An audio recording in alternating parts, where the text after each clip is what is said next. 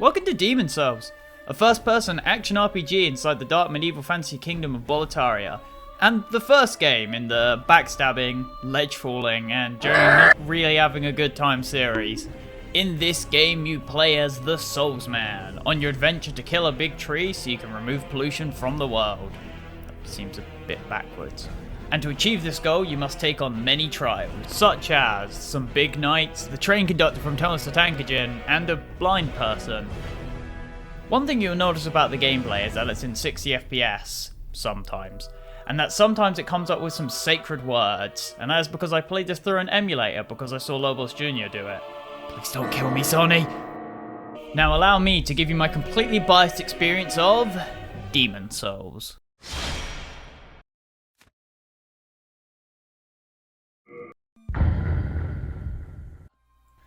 Now, the Souls series is infamous for its storytelling. Instead of using heavy dialogue and movie-length cutscenes, the Souls series tends to tell its plot through its environmental details, item descriptions, and short character dialogue.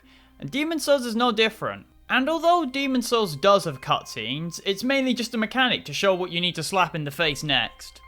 So for this section, I'm going to have to dig deep and spend a lot of time analysing every sentence, looking under every rock, and reading every item description. Who am I kidding? I'm just going to look it up on YouTube. A long time ago in the world of Demon Souls, the king of Boletaria, during his reign and conquest, came across the Nexus, and with this, gained the understanding of the soul. And so when he returned to Boletaria, he told others that the whole soul thing is pretty cool. And with this, the city's flourished, with magic becoming widely popular because it's magic. But, however, even with this great ability, nothing was perfect.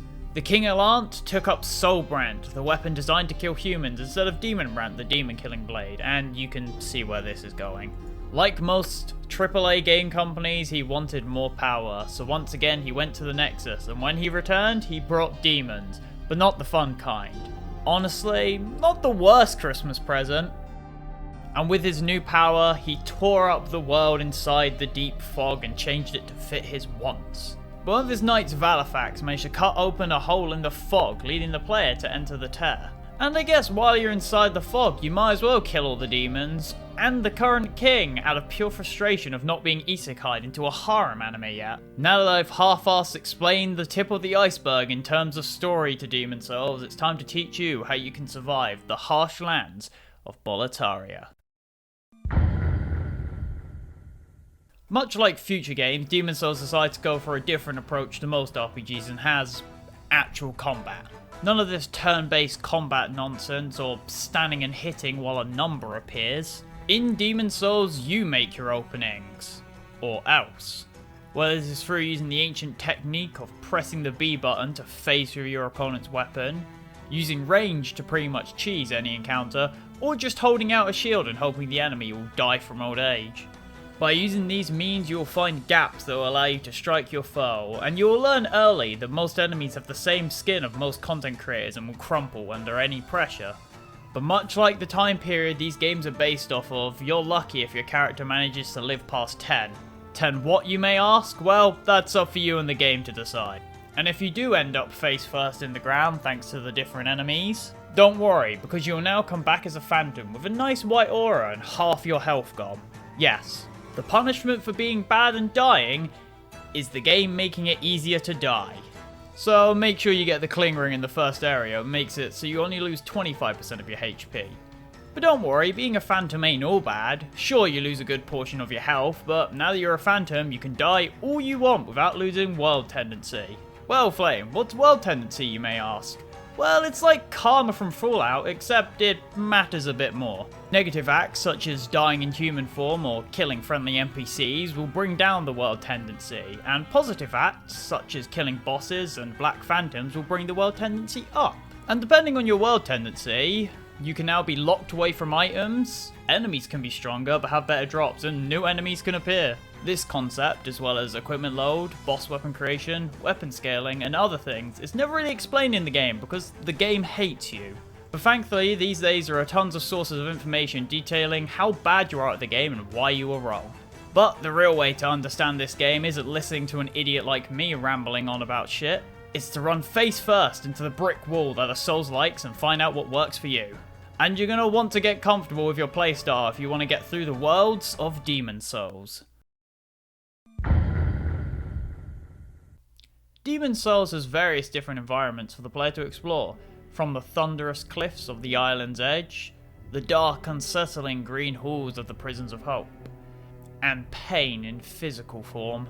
But one main difference that Demon Souls has in its approach to levels is that instead of having the large interconnected levels that Souls games are known for these days, like seriously, this shit gives most train systems a run for their money, it goes for a more classic game approach, separating the areas to different worlds, each with a representing archstone, meaning the level designers could just make up whatever they wanted and the main hub, the Nexus, can just loosely glue it together. Kind of like Dark Souls 2, except in this game you don't go up an elevator from a mountain and end up in a castle surrounded by a magma ocean. Like, the fuck? No, this game is realistic and has its magma underground and its manta rays in the sky. Just trust me on this. The less you know, the better. Levels featured are a lot more linear and focused, but can still be just as confusing as future Souls games. But I will say that the levels in Demon Souls feel a lot more daunting, with the Valley of Defilement having worse architecture than Blighttown, and rats that instantly plague you. The Prison of Hope contains enemies that can freeze you at range for a guaranteed attack, unless they get stuck on terrain. And the Island's Edge featuring ghosts that shoot hyper beams and manta rays that bombard you with magic wall-ignoring spears. And one more kicker is that all the checkpoints in the levels are locked behind a boss fight, so the reward for traversing the harsh landscapes is a punch to the face. Ooh. And talking about the bosses. Now this is it, the big boys. The bosses, what Souls games are known for and are probably the most memorable parts. And Demon Souls has got you covered with a wide variety of bosses and a lot of them featuring their own gimmicks. You have your standard big boy in an arena you have to attack like a rabid chihuahua gnawing on a postman, with bosses like the Penetrator and the Dirty Colossus. The heavy boys, much like a modern football player who will fall down if you sneeze near them. And cinematic bosses, which have a very specific condition to defeat them, like pressing 2 buttons or standing behind a rock and occasionally attacking. Oh yeah, and also the blind guy from the intro. If you can't tell from my descriptions, the bosses in this game are fairly easy / lacking in terms of difficulty, with only 3 of the bosses in this game actually killing me. And one of those deaths being me underestimating my body's resilience to extreme conditions. To be honest, I feel that areas in this game are much more challenging than the area cap-offs. I don't know whether this is because this is the first game in the series, or because of experience I have from other Souls titles, but this leads to some anticlimactic battles where it's just a player waiting for their turn. But there are a few bosses I would like to mention. First, the Maneaters, a double boss battle, potentially the long-lost descendants to the Gargoyles in Dark Souls 1. This fight starts with one Maneater, but the second one will jump in after their partner has taken enough damage. And if you aren't prepared, the 2 of them can overrun you. Hence a lot of people struggling with this boss or resulting to cheesing them. But for me and my monkey-like brain, I simply thought, what if I hit them but really hard? And so I did and beat them first try, proving that an ape would probably do better at this game than most functioning humans.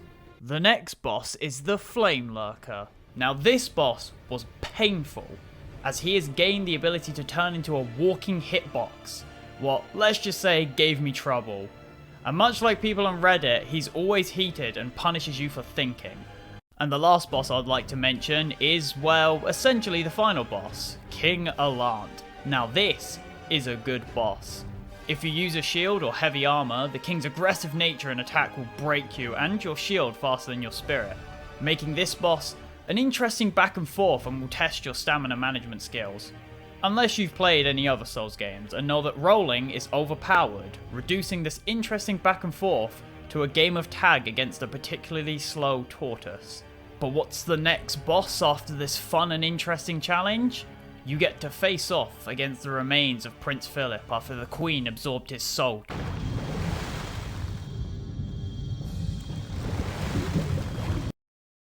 In conclusion, do I think Demon Souls is a good game? Yes, I'm very biased. Although it may not be the toughest or best designed Souls game, it shows where a lot of the Souls-like charm that is everywhere today originated, and has enough interesting bosses, environments, and combat to stand on its own. If you're a fan of Dark Souls and want to experience the game that mainly started this trend, go right ahead. If you're new to the series, or if you're waiting for Elden Ring and haven't touched this title, then it's a fairly good time to try this game.